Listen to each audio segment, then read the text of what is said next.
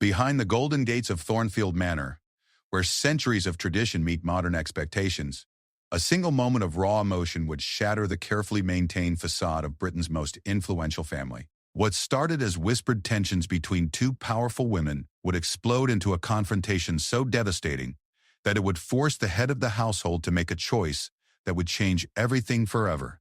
This is the story of how pride, jealousy, and years of suppressed resentment culminated in tears, accusations, and a rage so fierce it would echo through the halls of power for generations to come.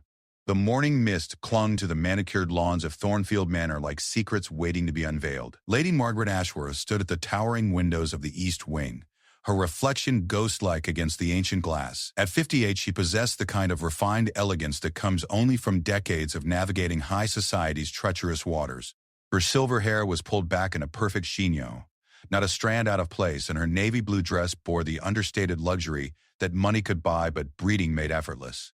Yet beneath this composed exterior, Margaret's jaw was set in a line of barely contained frustration. The source of her irritation was currently gliding across the courtyard below, her laughter carrying on the autumn breeze like wind chimes in a storm.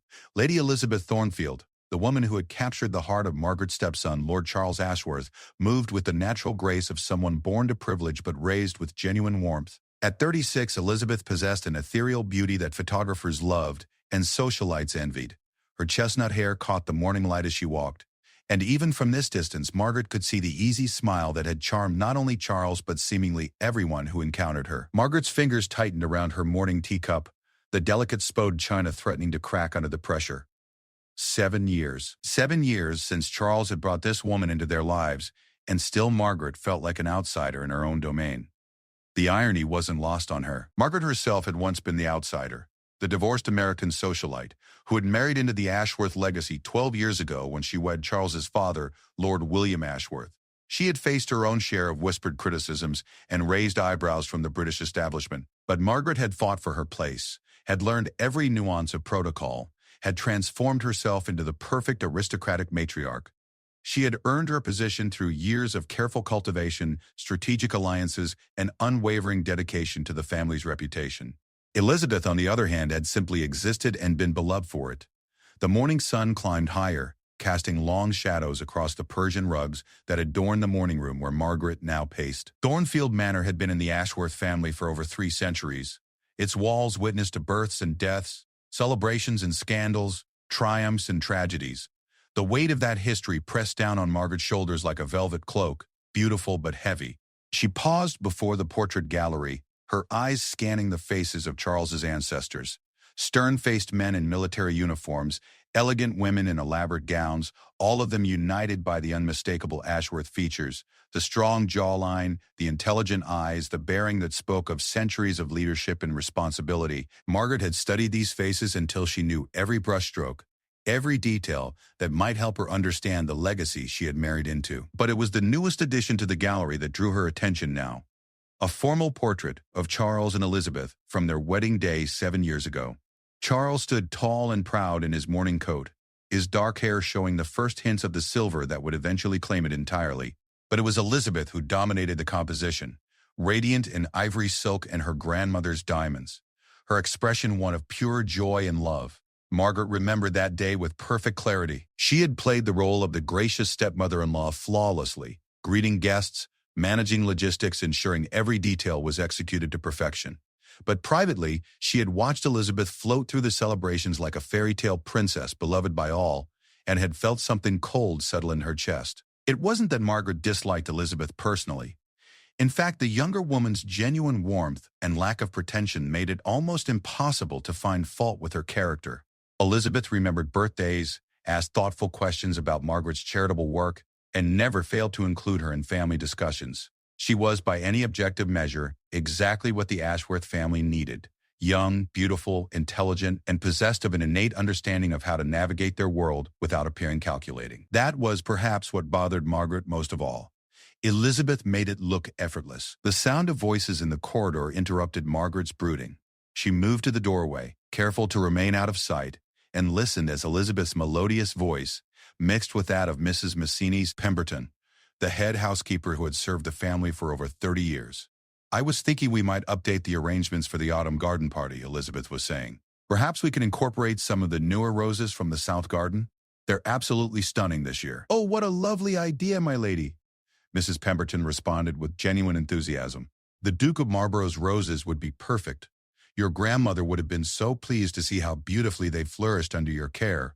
Margaret's grip tightened on the doorframe. The garden party was an annual tradition she had helped establish, working closely with Mrs. Pemberton to create an event that had become one of the county's most anticipated social gatherings. Yet here was Elizabeth, casually suggesting changes, as if she were the natural hostess of Thornfield Manor. I'd love to get Lady Margaret's thoughts as well, Elizabeth continued, her voice carrying that note of diplomatic consideration that Margaret had come to both appreciate and resent. She has such wonderful ideas about entertaining. Indeed she does, Mrs. Pemberton agreed, though Margaret noticed a slight shift in the housekeeper's tone. It was subtle, but Margaret had become expert at reading these microscopic changes in behavior. There was respect for her position, certainly, but the warmth reserved for Elizabeth was notably absent. As the voices faded down the corridor, Margaret remained frozen in place, processing what she had witnessed. It was always like this. Elizabeth making decisions with the easy confidence of someone born to the role, while Margaret was consulted as an afterthought, her opinion sought out of courtesy rather than genuine desire for her input. The library door opened at the far end of the hall, and Charles emerged, his tall frame filling the doorway as he paused to check his pocket watch. At 45, Charles possessed the kind of distinguished handsomeness that improved with age. His dark hair was now liberally streaked with silver, and the lines around his eyes spoke of a man who had learned to carry responsibility with grace. He wore his authority like a well-tailored suit, comfortable, appropriate, and entirely natural. Margaret watched as his face lit up at the sight of Elizabeth approaching. There was something almost boyish in his expression, a softness that transformed his usually serious features into something younger and more vulnerable. When Elizabeth reached him, he placed his hand gently on the small of her back, a gesture so natural and unconscious that it spoke of years of comfortable intimacy. "How did the call with the estate manager go?" Elizabeth asked, her voice low but not low enough to escape Margaret's trained ear. "Better than expected," Charles replied, his tone relaxing in a way it rarely did in Margaret's presence. "The renovations to the tenant cottages should be completed by Christmas, though I suspect we'll need to revisit the heating systems in the older buildings next year." Elizabeth nodded thoughtfully. Mrs. Patterson mentioned that her youngest has been struggling with chest infections. "I wonder if the dampness in Rose Cottage might be contributing to the problem." Charles's expression grew more serious. "I hadn't heard about that. We should have Dr. Williams take a look at the boy, and perhaps move the family temporarily while we address any moisture issues." Margaret felt her chest tighten as she witnessed this exchange. Here was Elizabeth, seamlessly integrating herself into the business of running the estate, demonstrating the kind of natural concern for their tenants that marked a truly effective landowner.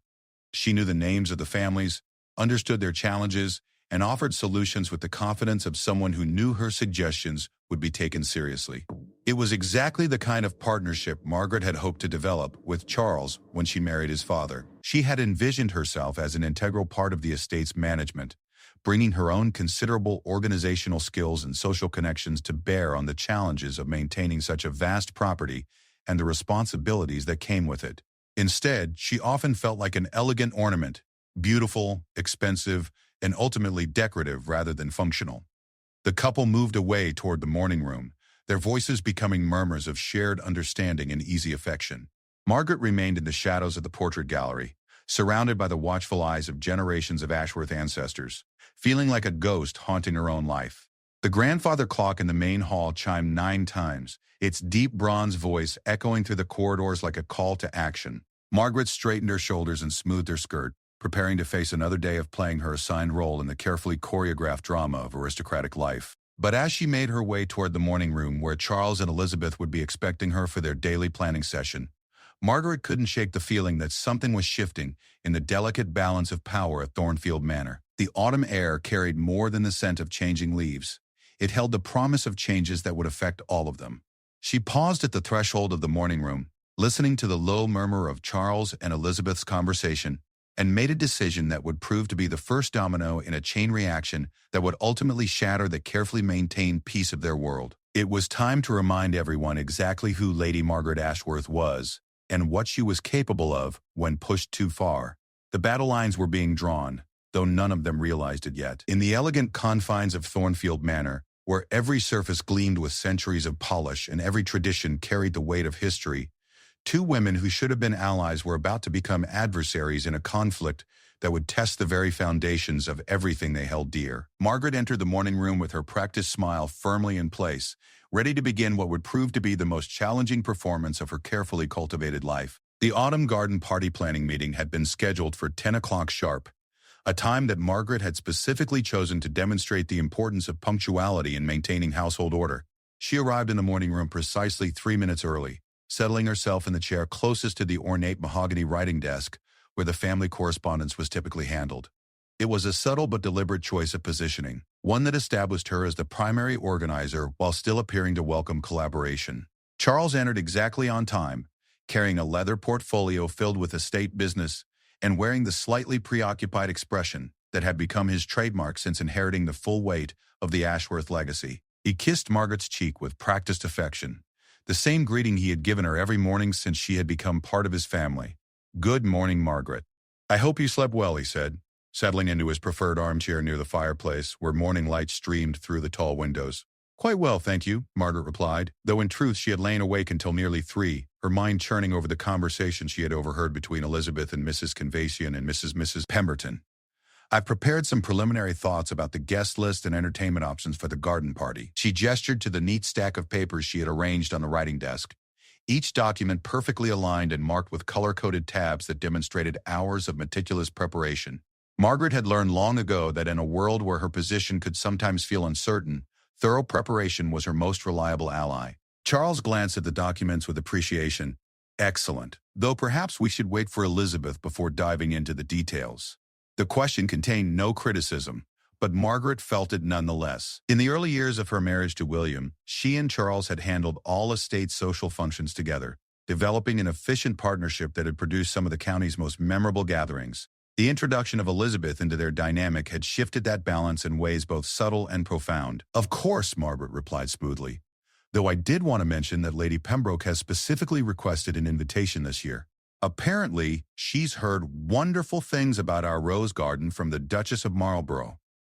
Charles raised an eyebrow with interest. Lady Pembroke was notoriously selective about which social functions she attended, and her presence would significantly elevate the profile of their gathering. "That's excellent news. Did she mention what specifically caught her attention?" Margaret opened her mouth to respond, but was interrupted by the sound of Elizabeth's voice in the corridor, accompanied by what appeared to be multiple sets of footsteps and the enthusiastic barking of the family's Springer Spaniel Gloucester. "I'm so sorry I'm late," Elizabeth announced as she swept into the room, bringing with her the energy of someone who had clearly been engaged in some form of outdoor activity. Her cheeks were flushed with fresh air, and there were small twigs clinging to her cashmere cardigan. Behind her followed James Patterson, the head groundskeeper, carrying what appeared to be several large plant specimens. "We had a wonderful breakthrough with the heritage roses this morning," Elizabeth continued, her eyes bright with excitement. "James discovered that the original Lady Ashworth variety has actually survived in the old walled garden. We thought it had been lost decades ago." Charles immediately rose from his chair, his face lighting up with genuine interest. "The Lady Ashworth rose? Are you certain?" James Patterson nodded enthusiastically, carefully setting down his botanical cargo. "Absolutely certain, my lord. The coloring and petal formation are exactly as described in your great-great-grandmother's garden journals." Lady Elizabeth recognized it immediately from the pressed flowers in the family collection. Margaret watched this exchange with growing irritation, though she kept her expression carefully neutral. The Lady Ashworth rose had been the pride of the family gardens for nearly a century before supposedly dying out during the harsh winter of 1962. Its rediscovery was undeniably significant, both historically and horticulturally. What bothered Margaret wasn't the discovery itself, but the way Elizabeth had naturally taken the lead in what should have been a collaborative family moment. She had identified the rose, coordinated with the groundskeeper, and was now presenting the finding to Charles as if it were her personal gift to the family legacy. "This is extraordinary," Charles said, moving closer to examine the specimens James had brought. "Elizabeth, how did you know to look in the walled garden?" Elizabeth's smile was radiant as she tucked a strand of hair behind her ear, a gesture that somehow made her appear both elegant and approachably human. "I was reviewing the old garden plans in preparation for our party discussion today, and I noticed that the original rose garden layout didn't match what we have now. When I mentioned it to James, he remembered his grandfather talking about roses that had been moved during the war years, but never replanted in their original locations." Margaret felt something cold settle in her stomach. She had spent considerable time reviewing those same garden plans over the years, had even commissioned a landscape architect to suggest improvements to the grounds. Yet she had never made the historical connections that Elizabeth had identified seemingly effortlessly. We should absolutely feature the Lady Ashworth roses as the centerpiece of the garden party, Elizabeth continued, now addressing both Charles and Margaret with inclusive enthusiasm. Imagine how thrilled our guests will be to see a piece of family history literally brought back to life. What a lovely idea, Margaret said, her voice carrying just the right note of supportive enthusiasm while internally screaming. It was a perfect idea, one that would make this year's garden party memorable in ways that went far beyond standard social entertainment, and it was entirely Elizabeth's contribution. Charles was practically glowing with pride as he looked at his wife. Elizabeth, this is remarkable. The Historical Society will be fascinated. We should contact Dr. Morrison at the university. He's been researching heritage plant varieties for his book on English country gardens. Already done, Elizabeth replied with a laugh that somehow managed to be both triumphant and modest. I called him this morning after James and I made the identification. He's driving up from Oxford tomorrow to examine the specimens and take photographs for his research. Margaret's pen snapped in her hand. The sharp crack of breaking plastic seemed to freeze the room momentarily. All eyes turned to Margaret, who was staring down at the broken pen with what appeared to be mild surprise, though inside she was mortified by the physical manifestation of her emotional state. How clumsy of me, she said with a self-deprecating laugh, quickly gathering the pieces of the pen and placing them discreetly in her jacket pocket. I suppose I was gripping it too tightly while listening to your wonderful news. Charles immediately looked concerned. Are you quite all right, Margaret? Of course, perfectly fine, she replied, reaching for another pen from the selection on the writing desk. Simply excited about Elizabeth's discovery, though I do hope we'll have time to discuss some of the other elements we'll need to coordinate for the party. Elizabeth's expression grew immediately attentive. Oh, absolutely. I'm so sorry we got carried away with the rose discussion. Margaret, I know you've put extensive work into the planning, and I'm eager to hear all your ideas. The apology was genuine, the interest real, and Margaret found herself in the uncomfortable position of feeling simultaneously appreciated and patronized. Elizabeth's natural graciousness made it impossible to find fault with her behavior, which somehow made Margaret feel even more frustrated. Well, Margaret began, consulting her carefully prepared notes, I've drafted a guest list of approximately 200, focusing on maintaining our traditional mix of county families, diplomatic contacts, and cultural figures. Lady Pembroke has specifically requested an invitation, which suggests our reputation is continuing to grow. Lady Pembroke? Elizabeth's eyes widened with impressed surprise. How wonderful. What drew her attention to our gathering? Margaret hesitated for just a moment, a hesitation that Charles noticed but didn't comment on. The Duchess of Marlborough mentioned our gardens to her, apparently. That makes perfect sense, Elizabeth said warmly. The Duchess was so complimentary about the improvements we've made over the past few years. She particularly loved the new herb garden we established near the kitchen garden. The word hung in the air like smoke from a dying fire. Elizabeth had said we with the natural possessiveness of someone who considered herself an integral part of every aspect of Thornfield Manor's development. And perhaps most frustratingly for Margaret, she was absolutely right to feel that way. Charles was nodding approvingly. The herb garden was Elizabeth's project, he explained to Margaret, though of course she already knew this. She researched historical varieties and worked with James to recreate what would have been growing there in the 18th century. It's been such a joy to work with, Elizabeth continued, her enthusiasm infectious despite Margaret's internal resistance. The kitchen staff loves having access to fresh varieties they can't get from commercial suppliers, and the historical authenticity adds such richness to our entertaining. Margaret made careful notes, though she felt as if she were documenting her own gradual displacement rather than party planning details.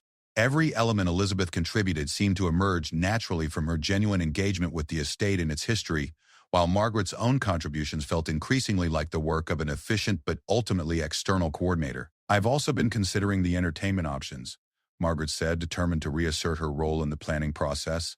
I thought perhaps a classical quartet, positioned near the rose garden where guests can enjoy both the music and the visual beauty of the flowers.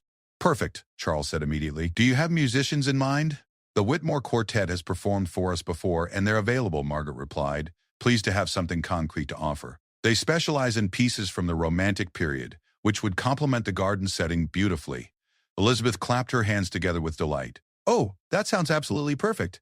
And with the Lady Ashworth roses as a backdrop, we could create a really magical atmosphere. Perhaps we could even incorporate some of the period music that would have been popular when the roses were first planted. Margaret watched helplessly as Elizabeth seamlessly built upon her suggestion, transforming it from a simple entertainment choice into a cohesive thematic experience that connected music, history, and horticulture into something far more sophisticated than Margaret had originally envisioned. Do we know what years the Lady Ashworth rose was originally cultivated? Elizabeth continued, now addressing James Patterson, who had been quietly arranging his specimens during their discussion. Based on the garden journals, it would have been sometime in the 1880s, James replied. Lady Beatrice Ashworth commissioned it from a rosarian in Surrey as a commemoration of her silver wedding anniversary. Elizabeth's face lit up with inspiration, so we could focus the musical selection on pieces from that era. Brahms, Dvorak, perhaps some Tchaikovsky. The Whitmore Quartet would be perfect for that repertoire. Charles was looking at Elizabeth with the kind of admiration that Margaret remembered receiving in the early years of her own marriage, when William would watch her navigate social challenges with appreciation for her skills and intelligence. But this was different somehow. Charles's admiration for Elizabeth seemed to encompass not just her competence, but her essential nature, the way she moved through their world with authentic engagement rather than learned behavior. Elizabeth, that's brilliant, he said, reaching over to squeeze her hand affectionately. You've transformed what could have been a lovely but standard garden party into something that truly celebrates our family history. Margaret continued taking notes, her handwriting becoming increasingly sharp and precise as she fought to maintain her composure.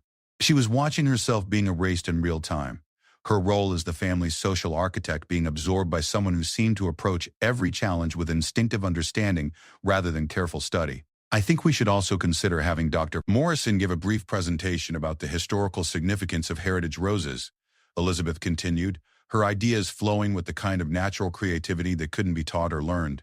Nothing too formal, perhaps just informal remarks during the champagne service before dinner. It would add educational value without feeling stuffy or academic. Margaret set down her pen very carefully. That does sound interesting, she said, her voice maintaining perfect politeness despite the tightness in her chest. Though I wonder if we might be overwhelming our guests with too many structured elements. Sometimes the most successful parties are those that allow for natural conversation and mingling. Elizabeth's expression immediately grew thoughtful, and Margaret felt a brief moment of hope that she might have identified a flaw in what was otherwise becoming Elizabeth's perfectly conceived event. That's such a good point, Elizabeth said, and Margaret's hope flickered. We definitely don't want to make people feel like they're attending a lecture rather than a celebration. Perhaps Dr. Morrison could simply be available for those guests who are particularly interested in the historical aspects, while others can enjoy the roses and music without feeling obligated to participate in educational programming. Charles nodded approvingly. Perfect compromise. That way we can accommodate different interests without imposing a rigid structure on the entire gathering. Margaret watched as Elizabeth effortlessly addressed her concern while simultaneously improving the overall concept. It was becoming clear that this was not simply a matter of competing ideas, but of fundamentally different approaches to the same challenges. Elizabeth's solutions emerged from genuine engagement and creativity, while Margaret's own contributions felt increasingly defensive and reactive. The morning light had shifted, casting longer shadows across the Persian rugs as the planning session continued. Margaret found herself participating less and observing more, watching as Charles and Elizabeth developed their shared vision for an event that would undoubtedly be remembered as one of Thornfield Manor's finest social gatherings. But it would be remembered as Elizabeth's triumph, not hers. As the meeting concluded and arrangements were made for follow-up discussions, Margaret gathered her carefully prepared documents with movements that appeared calm and controlled. Inside, however, something fundamental was shifting, like the tectonic plates of her carefully constructed world beginning to move in ways that would soon prove impossible to control. The first cracks had appeared, and Margaret could feel the ground beneath her feet becoming increasingly unstable. 3 weeks had passed since the garden party planning meeting, and Margaret felt as though she were watching her own life from a distance, observing the gradual erosion of her position with the detached fascination of someone witnessing a slow-motion accident. Every day brought new evidence of Elizabeth's seamless integration into the fabric of Thornfield Manor's daily operations, while Margaret found herself increasingly relegated to the role of elegant bystander. The morning routine had become particularly painful. Margaret would arrive in the breakfast room at precisely 8 o'clock, as had been her habit for over a decade, only to find that Charles and Elizabeth had already been there for an hour, deep in discussion about estate business over coffee in the morning papers. Their conversations covered everything from tenant concerns to agricultural decisions to political developments that might affect the family's various business interests. Margaret had always prided herself on being well informed about current events, but she found herself struggling to contribute meaningfully to discussions that seemed to flow naturally between her stepson and his wife. They shared not just information but perspectives, building on each other's observations with the kind of intellectual intimacy that Margaret had never quite achieved with either William or Charles. "The Morrison piece in the Times this morning is quite insightful," Charles was saying as Margaret entered the breakfast room on this particular Thursday morning. He gestured to the newspaper spread between his place setting and Elizabeth's, their coffee cups creating informal boundaries around various articles they had been discussing. "His analysis of the agricultural subsidy changes is particularly relevant to our tenant farmers," Elizabeth replied, reaching for a piece of toast without looking away from the paper. "I was thinking we might invite him to speak at the County Agricultural Association meeting next month. His perspective on sustainable farming practices could be valuable for the smaller operations." Charles nodded thoughtfully. "Excellent idea, though I suspect he might be more willing to participate if the invitation came through university channels rather than directly from us. Academic types sometimes prefer to maintain the appearance of independence." Margaret took her seat at the table, accepting a cup of tea from Rogers, the butler who had served the family since before she had arrived at Thornfield Manor. The morning ritual was identical to every other day, yet she felt increasingly like an actor who had forgotten her lines in a play that was continuing around her. "Good morning," she said brightly, hoping to insert herself into the conversation. "What agricultural changes are you discussing?" Elizabeth immediately turned to include Margaret in the conversation, her expression warmly welcoming. "The government's announced modifications to the environmental land management schemes. It could significantly impact how our tenant farmers approach crop rotation and conservation efforts." "I see," Margaret replied, though in truth she was only vaguely familiar with the specifics of agricultural policy. During her years as the primary hostess of Thornfield Manor, she had focused her attention on the social and cultural aspects of estate management, leaving the technical agricultural decisions to Charles and his estate manager. Now she realized that Elizabeth had somehow managed to master both domains. She could discuss soil composition and subsidy structures with the same confidence she brought to menu planning and guest list curation. "Dr. Morrison's research on heritage farming techniques might be particularly relevant," Charles continued, clearly pleased to have Elizabeth's engagement with these complex issues. "His work on the Lady Ashworth roses has led him to explore historical approaches to land management that might offer sustainable alternatives to some modern practices." Margaret felt a familiar twist of irritation at the mention of the roses, which had become the centerpiece not just of the upcoming garden party, but of numerous conversations over the past weeks. Elizabeth's discovery had generated interest from historical societies, gardening publications, and academic researchers, bringing a level of attention to Thornfield Manor that Margaret had spent years trying to cultivate through more traditional social channels. "Has he made any progress with his research?" Margaret asked, determined to demonstrate her interest even if she couldn't contribute expertise. "Fascinating progress," Elizabeth replied enthusiastically. "He's found references to similar varieties in other great houses of the period, and he thinks there might be surviving specimens at several locations. He's proposing a collaborative restoration project that could help preserve these historical varieties for future generations." Charles's eyes lit up with the kind of excitement Margaret rarely saw from him. "You mean connecting with other families who might have heritage roses from the same period?" "Exactly," Elizabeth confirmed. "Imagine if we could create a network of great houses working together to preserve and share these botanical treasures. It would be a remarkable legacy project, connecting history, horticulture, and conservation in ways that could benefit everyone involved." Margaret watched this exchange with growing alarm. Elizabeth wasn't just integrating herself into the existing structures of Thornfield Manor. She was creating new possibilities, expanding the family's influence and connections in directions that Margaret had never even considered. The conversation was interrupted by Mrs. Pemberton's appearance in the breakfast room doorway, her expression carrying the particular mixture of deference and urgency that indicated important household business. "Begging your pardon, my lord, my ladies," she said with a slight curtsy, "but we've received a telephone call from the Duke of Marlborough's secretary. His Grace would like to discuss the possibility of visiting next week to see the Lady Ashworth roses for himself." Charles immediately straightened in his chair. The Duke of Marlborough's interest represented a significant honor. His approval could elevate the family's social standing considerably, and his connections could open doors that had previously remained closed. Did his secretary indicate what specifically prompted His Grace's interest? Charles asked. Apparently, Dr. Morrison mentioned the discovery during a dinner party at Blenheim Palace last weekend, Mrs. Pemberton replied. His Grace is quite keen on horticultural history, and the prospect of seeing a rose variety he thought had been lost forever has captured his imagination. Elizabeth's face flushed with pleased surprise. How wonderful! We should certainly accommodate His Grace's visit if at all possible. Margaret felt the familiar sensation of events moving around her, rather than including her. This was exactly the kind of high-profile social opportunity she had spent years cultivating. Yet it was materializing as a direct result of Elizabeth's botanical discovery rather than Margaret's careful networking. What would be the most appropriate way to host His Grace? Margaret asked, attempting to reclaim some role in the planning process. I imagine he would expect a certain level of formal protocol. Mrs. Pemberton looked slightly uncomfortable, glancing between Margaret and Elizabeth before responding. Actually, my lady, his secretary mentioned that His Grace prefers informal garden visits when the focus is on horticultural matters. He apparently finds formal entertaining distracting from his primary interests. Elizabeth nodded, understanding. That makes perfect sense.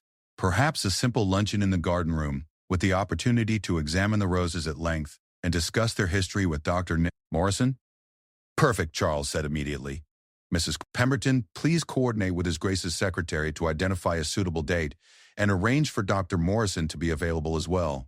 Margaret watched this efficient coordination with a sinking heart. The visit that could have been her opportunity to demonstrate her skills as a hostess was being organized around Elizabeth's discovery, with Elizabeth's preferences for informal entertaining, following Elizabeth's intuitive understanding of what would appeal to their distinguished guest. I'll also contact the head gardener at Blenheim, Elizabeth continued. His Grace might enjoy comparing notes about heritage varieties, and it could strengthen the collaborative relationships Dr. Archecting Roosevelt Morrison is hoping to develop. Charles reached over to squeeze Elizabeth's hand affectionately. You think of everything, darling. His Grace will be impressed not just with the roses, but with your comprehensive understanding of their historical and horticultural significance. Margaret excused herself from the breakfast room shortly afterward, claiming a need to review correspondence, though in truth she simply needed to escape the suffocating atmosphere of witnessing Charles's obvious pride in Elizabeth's accomplishments. She made her way to the small sitting room she had claimed as her private space when she first arrived at Thornfield Manor, a feminine sanctuary decorated in soft blues and creams that provided refuge from the overwhelming masculine grandeur of the main reception rooms. Here, surrounded by her own carefully chosen furnishings and personal photographs, she could usually find some sense of equilibrium. But today, even this familiar space felt contaminated by her growing sense of displacement. Margaret settled into her preferred armchair and tried to focus on the stack of correspondence that actually did require her attention, but found her mind returning obsessively to the breakfast conversation and its implications. The Duke of Marlborough's visit would undoubtedly be successful. Elizabeth would charm him with her knowledge and enthusiasm, Charles would be proud of his wife's accomplishments, and Margaret would play the role of gracious stepmother-in-law while watching another opportunity slip through her fingers. She was so absorbed in her brooding that she almost didn't hear the soft knock on her sitting room door. "Come in," she called, expecting to see one of the household staff with some minor domestic question. Instead, Elizabeth appeared in the doorway, carrying a tea tray and wearing an expression of genuine concern. "I hope I'm not intruding," Elizabeth said gently, "but I noticed you seemed a bit overwhelmed at breakfast, and I thought you might enjoy some of that lovely Earl Grey blend you prefer." Margaret stared at Elizabeth for a moment, caught off guard by this unexpected gesture of consideration. In her current emotional state, Elizabeth's kindness felt almost like an attack, highlighting the younger woman's natural thoughtfulness in a way that made Margaret's own resentment seem petty and mean-spirited. "That's very thoughtful of you," Margaret managed to say, gesturing for Elizabeth to... Elizabeth set the tea tray on the small table beside Margaret's chair and settled herself in the opposite chair, her movements graceful and unthreatening. "Margaret, I hope you know how much I value your guidance and experience. Sometimes I worry that my enthusiasm for new projects might make it seem like I don't appreciate everything you've accomplished here." The words were perfectly chosen, hitting exactly the right notes of respect and concern. Margaret found herself in the impossible position of being offered exactly what she thought she wanted, recognition and appreciation, by the person whose very existence seemed to diminish her importance. "You're very kind, Elizabeth," Margaret replied carefully, "though I'm not sure what guidance I could offer. You seem to have such natural instincts for all of this." Elizabeth's expression grew more serious. "But that's exactly why I need your perspective. Natural instincts can only take someone so far. You've navigated these social waters for years, built relationships, established traditions, I don't want to inadvertently damage anything you've worked so hard to create. Margaret felt her carefully maintained composure beginning to crack. Elizabeth's words were sincere, her concern genuine, and her respect for Margaret's contributions real. Yet somehow this only made Margaret feel worse, highlighting the generosity of spirit that made Elizabeth so universally beloved while making Margaret's own resentment seem increasingly unjustifiable. I appreciate that, Elizabeth, truly, Margaret said, her voice tighter than she intended. Though sometimes I wonder if there's really room for both of our approaches to estate management. The words hung in the air between them, more revealing than Margaret had intended. Elizabeth's expression shifted, becoming more alert and concerned. Margaret, what do you mean by that? Elizabeth asked gently. Margaret realized she had ventured into dangerous territory, revealing more of her emotional state than was wise or appropriate. But something about Elizabeth's patient attention, combined with weeks of suppressed frustration, made it difficult to retreat back to safe platitudes. It's nothing really, Margaret said, attempting to regain her composure. Simply the natural adjustments that come with changes in family dynamics. Elizabeth leaned forward slightly, her expression growing more intent. But you don't feel like there have been positive adjustments. You feel like there's been displacement. The directness of the question caught Margaret off guard. She had expected Elizabeth to accept her diplomatic non-answer and move on to safer conversational territory. Instead, she found herself faced with someone who was clearly prepared to engage with the underlying tensions that had been building between them. Margaret met Elizabeth's eyes for a long moment, weighing her options. She could retreat back to polite meaninglessness, preserving the surface harmony while letting her resentment continue to fester. Or she could risk honest conversation, though she wasn't sure either of them was prepared for the consequences. Elizabeth, she began slowly, you're a remarkable woman, and Charles is fortunate to have you. But sometimes I feel like I'm watching my own life being lived by someone else. Elizabeth's face went very still. What do you mean? Margaret took a deep breath, knowing she was about to cross a line from which there might be no return. I mean that everything I spent years building here, you seem to accomplish effortlessly. Every role I thought I had mastered, you've somehow made your own. And the most difficult part is that you do it so naturally, so genuinely, that I can't even properly resent you for it. The silence that followed felt heavy with implications. Elizabeth's expression had shifted through surprise, understanding, and something that might have been compassion. When she finally spoke, her voice was very quiet. Margaret, I had no idea you felt this way. I never intended to diminish your place here. I know you didn't, Margaret replied, her voice barely above a whisper. That's what makes it so much worse. And in that moment, both women realized that the carefully maintained surface of their relationship had just cracked beyond repair, revealing the deep fissures that had been developing beneath their polite interactions. The real confrontation was still to come, but the pretense that everything was fine between them had just died in Margaret's elegant sitting room, over tea served on her finest china. The Duke of Marlborough's visit had been, by any objective measure, a resounding success. His Grace had spent 3 hours examining the Lady Ashworth roses, engaging in animated discussion with Dr. Morrison about horticultural history, and expressing genuine enthusiasm for Elizabeth's proposed collaboration between great houses. He had pronounced the informal luncheon perfectly delightful, complimented the garden's restoration, and extended an invitation for Charles and Elizabeth to visit Blenheim Palace the following month. Margaret had played her role flawlessly, greeting His Grace with appropriate ceremony, facilitating introductions, and ensuring that every detail of hospitality was executed to perfection. She had smiled at the right moments, contributed knowledgeably to conversations about mutual acquaintances, and graciously accepted the Duke's compliments on the manor's elegant presentation. But as she watched His Grace's car disappear down the long drive that afternoon, Margaret felt something inside her finally snap. She had spent the entire visit watching Elizabeth shine, observing her stepson's obvious pride in his wife's accomplishments, and realizing that what she had witnessed was not just a successful social occasion, but a demonstration of her own irrelevance. The Duke had been charmed by Elizabeth's knowledge and enthusiasm. Dr. Morrison had deferred to Elizabeth's insights about the roses. Even Mrs. Pemberton had looked to Elizabeth for guidance about serving arrangements. Margaret had been present, polite, and perfectly appropriate, but she had been essentially invisible. She retreated to her sitting room immediately after the Duke's departure, claiming a slight headache and the need to rest before dinner. In truth, she needed privacy to process the emotional turmoil that was threatening to overwhelm her carefully maintained composure. For nearly 2 hours, Margaret sat in her armchair staring out at the gardens, where Elizabeth and Dr. Morrison were still examining rose specimens, their animated conversation carrying through the open windows like salt in an open wound. She watched Elizabeth's enthusiastic gestures, saw the way the afternoon light caught her hair, and observed the easy confidence with which she moved through what had once been Margaret's domain. The soft knock on her door came at precisely 6 o'clock, followed by Elizabeth's voice calling gently, "Margaret, may I come in?" "Of course," Margaret replied, though every instinct told her to claim illness and avoid what was likely to be another display of Elizabeth's thoughtful concern. Elizabeth entered carrying a small vase containing 3 perfect Lady Ashworth roses, their deep pink petals still dewy from the garden. She was glowing with the satisfaction of a successful day, her cheeks flushed with fresh air and accomplishment. "I thought you might enjoy having some of the roses in your private space," Elizabeth said warmly, setting the vase on the small table near Margaret's chair. "His Grace was so complimentary about the entire visit, and I know how much work you put into ensuring everything went smoothly." Margaret stared at the roses, beautiful, perfect, and utterly symbolic of everything that was wrong with her current situation. These flowers represented Elizabeth's triumph, her discovery, her contribution to the family legacy. And now Elizabeth was graciously sharing them, as if Margaret were a child who needed consolation after watching someone else receive praise.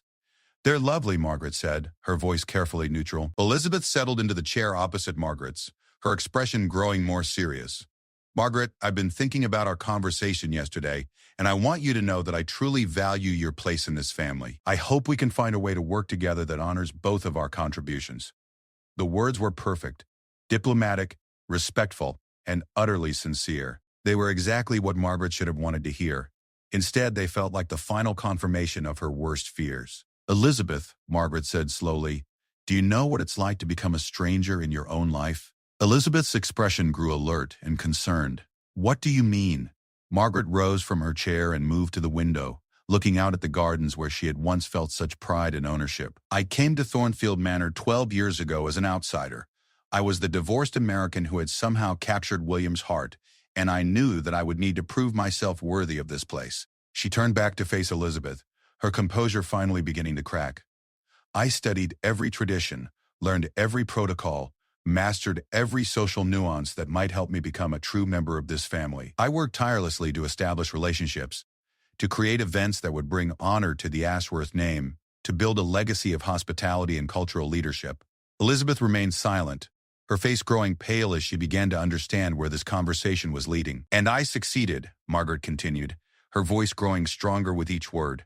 "I became the perfect aristocratic hostess, the ideal stepmother-in-law, the gracious lady of the manor. I earned my place through years of careful effort and strategic thinking." Margaret moved closer to Elizabeth, her eyes blazing with finally unleashed emotion. "But you simply existed and were beloved for it.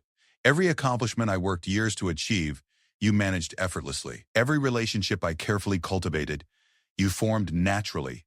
Every tradition I studied and mastered, you intuited and improved upon." "Margaret, I never intended," Elizabeth began, but Margaret cut her off. "Of course you didn't intend it." Margaret's voice rose sharply. "That's what makes it so unbearable. You didn't scheme or manipulate or calculate. You just were yourself, and that was enough. More than enough. It was everything." Elizabeth stood up slowly, her face now showing the first signs of real distress. "Margaret, please, I think there's been some misunderstanding about—" "Misunderstanding?" Margaret laughed, a bitter sound that seemed to surprise them both. "What misunderstanding? The misunderstanding that I thought I mattered here? The misunderstanding that I believed my years of dedication had earned me some permanent place in this family structure." Margaret began pacing, 12 years of suppressed frustration finally finding voice. "Do you know what it's like to watch someone else live the life you thought was yours? To see your own stepson look at his wife with admiration you never received? To watch servants who once deferred to you turn naturally to someone else for guidance? Margaret, Charles deeply respects and appreciates." Elizabeth tried again, but Margaret was beyond hearing reasonable platitudes. "Respects, yes. Appreciates, certainly. But loves? Truly values? Sees as essential rather than ornamental?" Margaret's voice cracked with the weight of finally speaking truths she had tried so hard to deny. "No, Elizabeth, those are gifts he reserves for you." Elizabeth's eyes were beginning to fill with tears, though whether from guilt, sympathy, or her own distress was unclear.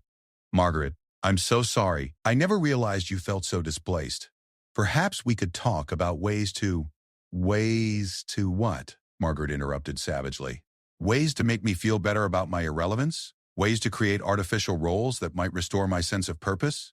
Ways to pretend that there's room for both of us when we both know that everything I thought I was, you simply are. The room fell silent except for Margaret's harsh breathing and the sound of Elizabeth's quiet sobs. Margaret felt a moment of shock at her own words, at the viciousness that had emerged from her usually controlled demeanor, but she also felt a strange relief, as if some poison had finally been drawn from a festering wound. "Margaret," Elizabeth whispered through her tears, "I don't want to take anything away from you. I don't want to replace you. I just want us to be family." "Family," Margaret repeated, her voice now deadly quiet. "Yes, I suppose we are family. The kind of family where one person's natural gifts make another person's learned skills redundant. The kind of family where love is given freely to some and earned grudgingly by others." Elizabeth was crying openly now, her composure finally cracking under the weight of Margaret's accumulated resentment. "Please, Margaret, tell me what I can do. Tell me how to fix this." Margaret looked at Elizabeth, beautiful, talented, beloved Elizabeth, and felt something cold and final settle in her chest. "You can't fix it," Margaret said simply, "because the problem isn't what you've done. The problem is who you are. And I can't compete with that anymore." The silence that followed was broken by the sound of footsteps in the corridor outside. Both women immediately recognized Charles's distinctive gait, and Elizabeth hastily tried to compose herself, wiping away tears and smoothing her hair. "Elizabeth," Charles's voice called through the door. "Doctor, Morrison is ready to leave, and he wanted to thank you again for—" Charles opened the door and stopped short, taking in the scene before him. Elizabeth with red-rimmed eyes and tear-stained cheeks, Margaret standing rigid by the window with an expression of barely controlled fury, and an atmosphere so tense it was almost visible. "What's happening here?" he asked, his voice sharp with concern and growing alarm. Elizabeth looked desperately at Margaret, clearly hoping for some signal about how to handle this moment. But Margaret felt a reckless energy flowing through her, a sense that the careful constructions of their family harmony were already beyond repair. "We were just having a conversation about family dynamics," Margaret said, her voice carrying a dangerous edge. "Elizabeth and I were discussing the nature of belonging, and what happens when someone's natural place conflicts with someone else's earned position." Charles's expression grew increasingly alarmed as he looked between the two women. "Margaret, what exactly are you saying?" Margaret felt the last of her restraint crumble. 12 years of careful diplomacy, 7 years of suppressed resentment, and 3 hours of watching herself become irrelevant at her own table finally coalesced into a moment of absolute destructive honesty. "I'm saying, Charles, that your wife has made it very clear that there isn't room for both of us in this family's hierarchy. And since she holds the trump card of your affection and the natural gifts that make my learned skills obsolete, I suppose that means my time as a meaningful part of this household has come to an end." Charles's face went white. Margaret, that's not...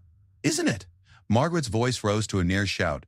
"Then please, explain to me exactly what role I'm supposed to play in a manner where Elizabeth has assumed every function I once performed, where every tradition I helped establish has been improved upon by her superior instincts, where every relationship I carefully built has been superseded by her effortless charm." And Charles immediately moved toward her, his protective instincts overriding everything else. Margaret watched him put his arm around his wife's shoulders and felt the final confirmation of everything she had just said. "Margaret," Charles said, his voice tight with anger, "I think you're letting your emotions cloud your judgment. Elizabeth has done nothing but try to honor your place in this family." "My place?" Margaret laughed wildly. "And what exactly is my place, Charles? Professional house guest? Elegant ornament? Living reminder of your father's second marriage?" Charles's expression hardened, and Margaret realized she had finally pushed him past the point of diplomatic patience. "Margaret," he said, his voice now cold with a fury that matched her own, "I think you need to step back and consider very carefully what you're saying and whether you truly mean it." But Margaret was beyond calculation, beyond strategy, beyond anything except the raw need to finally speak the truth that had been burning inside her for years. "I mean every word of it," she said, "and I think it's time we all stop pretending otherwise."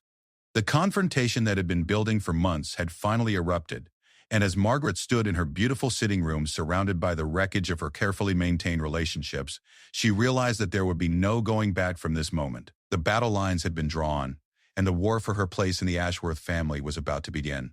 The aftermath of Margaret's explosion settled over Thornfield Manor like ash after a fire, coating everything in a fine layer of damage that would take years to fully assess. Charles had left Margaret's sitting room without another word, his arm still protectively around Elizabeth's shoulders, leaving Margaret alone with the echoes of her own voice and the 3 perfect Lady Ashworth roses that now seemed to mock her from their crystal vase.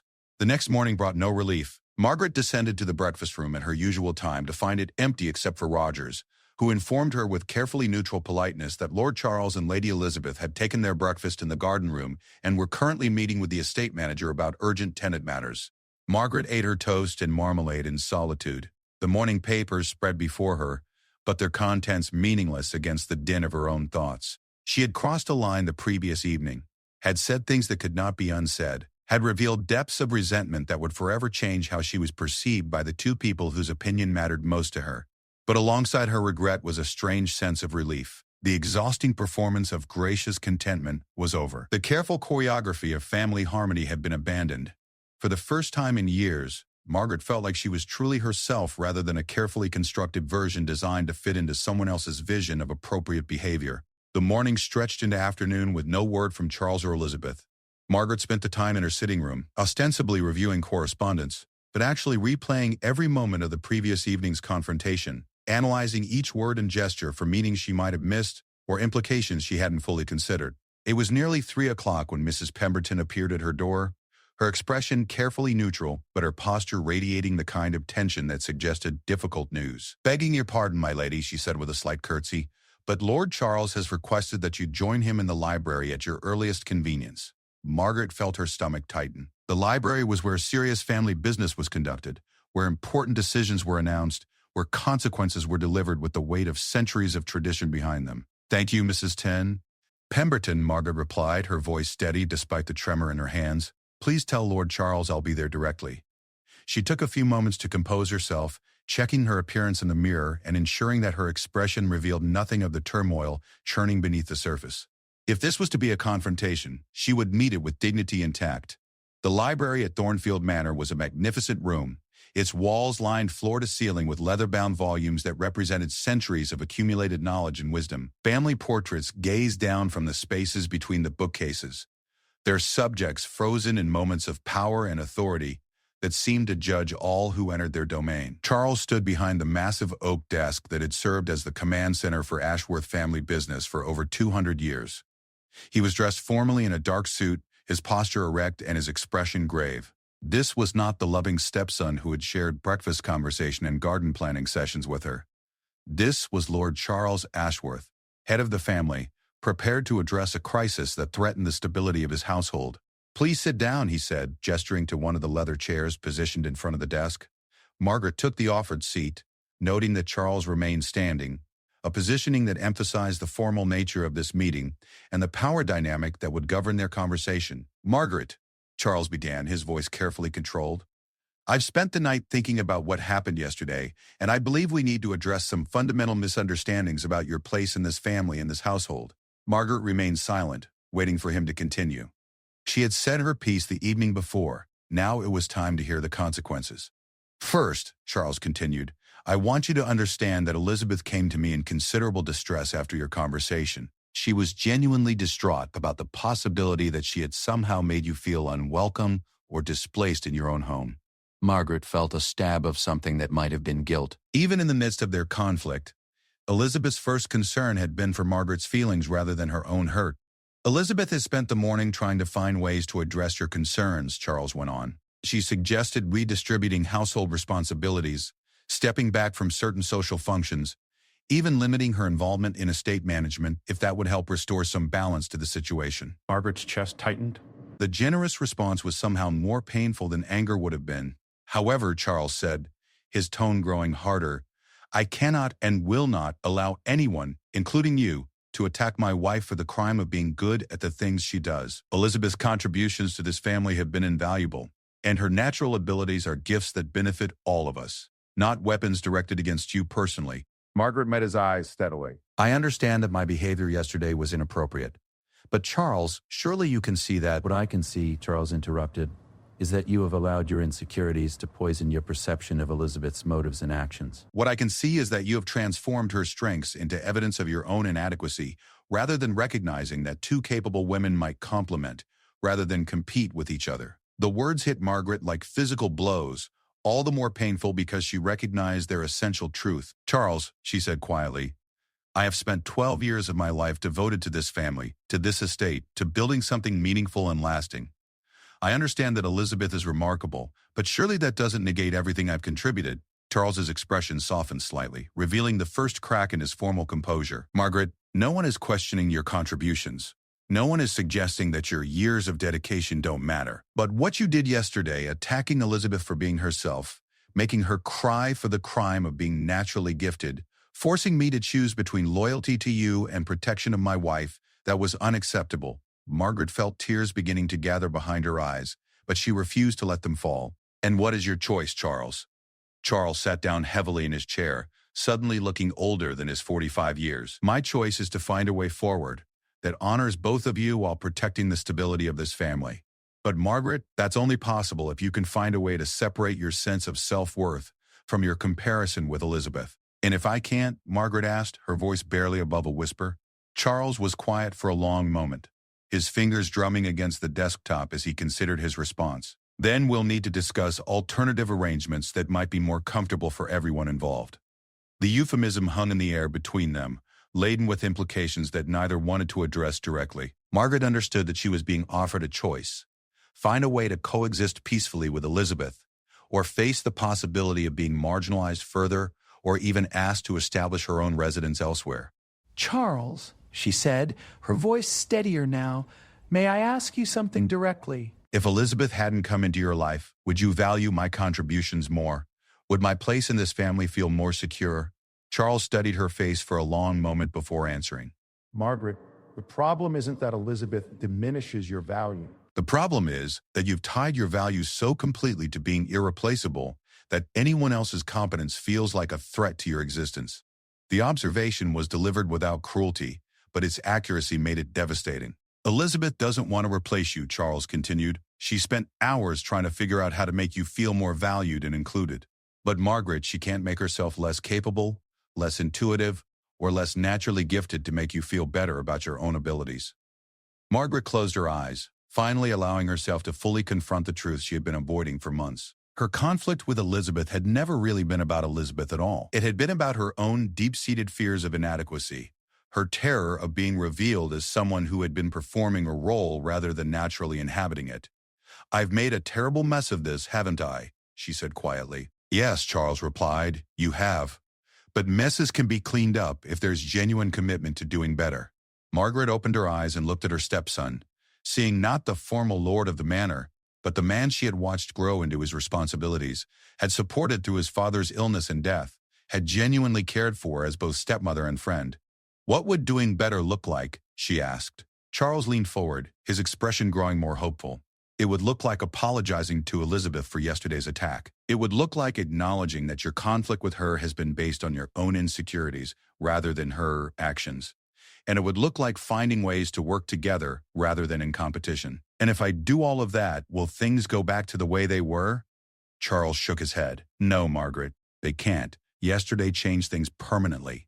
But they might become something different, potentially something better, if you're willing to do the work. Margaret sat in silence for several minutes, processing the weight of Charles's words and the choice that lay before her. She could continue down the path of resentment and competition, gradually isolating herself from the family she had tried so hard to join.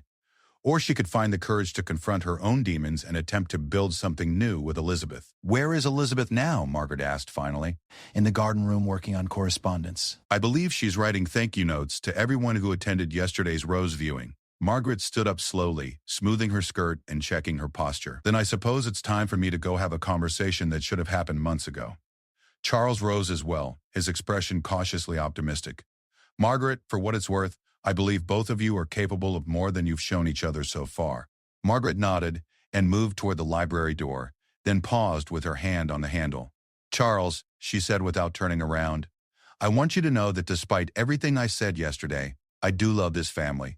I love you, and I love Thornfield Manor, and I even love Elizabeth, though I've done a terrible job of showing it. I know, Charles replied gently. And I think, deep down, Elizabeth knows it too. Margaret found Elizabeth exactly where Charles had said she would be, seated at the small writing desk in the garden room, surrounded by thank you notes written in her elegant handwriting. The afternoon light streaming through the French doors caught the highlights in her chestnut hair and illuminated the stack of completed correspondence that represented her natural graciousness and attention to detail. Elizabeth looked up as Margaret approached, her expression wary but not hostile. Her eyes were still slightly red from the previous evening's tears, and there was a fragility to her composure that made Margaret's chest ache with guilt.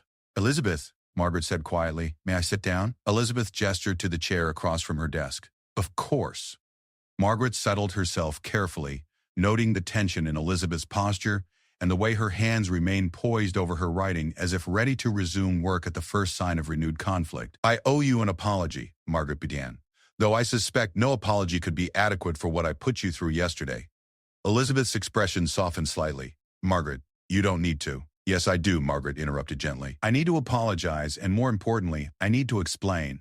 Not to excuse my behavior, but to help you understand that my attack on you had nothing to do with who you are and everything to do with my own failures and fears."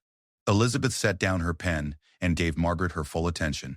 "For 12 years," Margaret continued, "I have worked tirelessly to earn my place in this family. I studied, I practiced, I calculated every social move and strategic decision to prove that I belonged here, and I was proud of what I accomplished. The relationships I built, the traditions I established, the reputation I helped create for Thornfield Manor." Margaret paused, gathering her courage for the more difficult part of her confession.